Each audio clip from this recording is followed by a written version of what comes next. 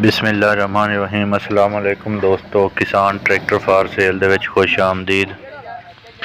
दोस्तों अज तुहाडे वास्ते लैके आए हैं फीएट 480 2000 मॉडल है। सोहना ट्रैक्टर है जी।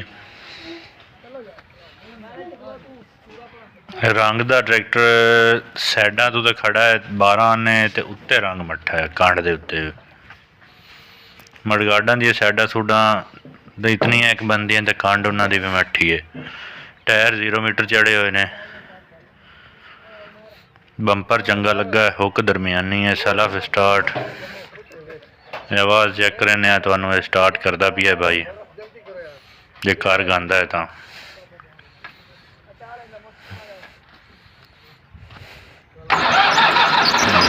स्टार्ट हो वेलना ही चल रही है, वेलना च लगा है। ब्लैक बॉल 12 प्लाई टायर ने, कोई आम टायर नहीं है।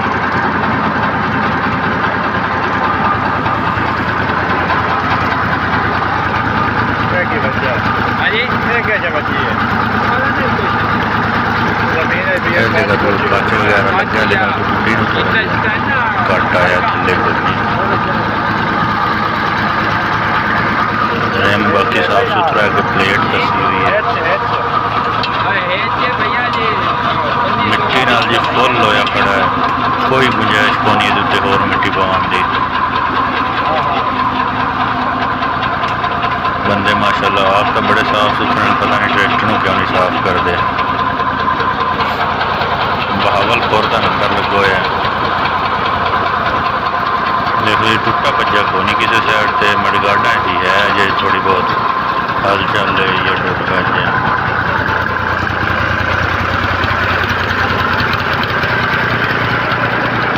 बंपर वेखो चंगा तकड़ा धक्के वाला लगो है। दूसरी साइड चेक करो जी। इंजन का थोड़ा जिहा डाउन है, तकरीबन 12 गाने बनते हैं। मोबाइल को नहीं कमदा लेकिन है डाउन,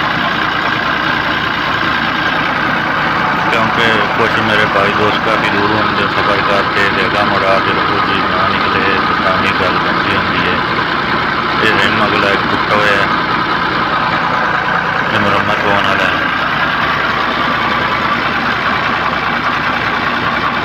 पिछला रिम, बाकी रिम किन्ने ठीक ने, बस एक रिम को जो डैमेज है।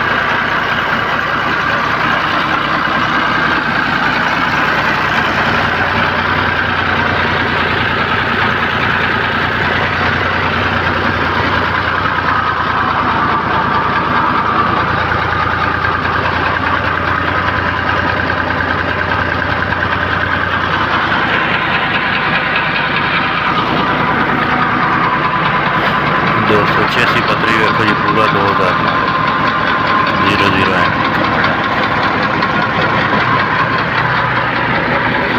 बहावलपुर का नंबर है जी। यदि डिमांड जी फाइनल वो है जी 5.5 लाख 0300 600।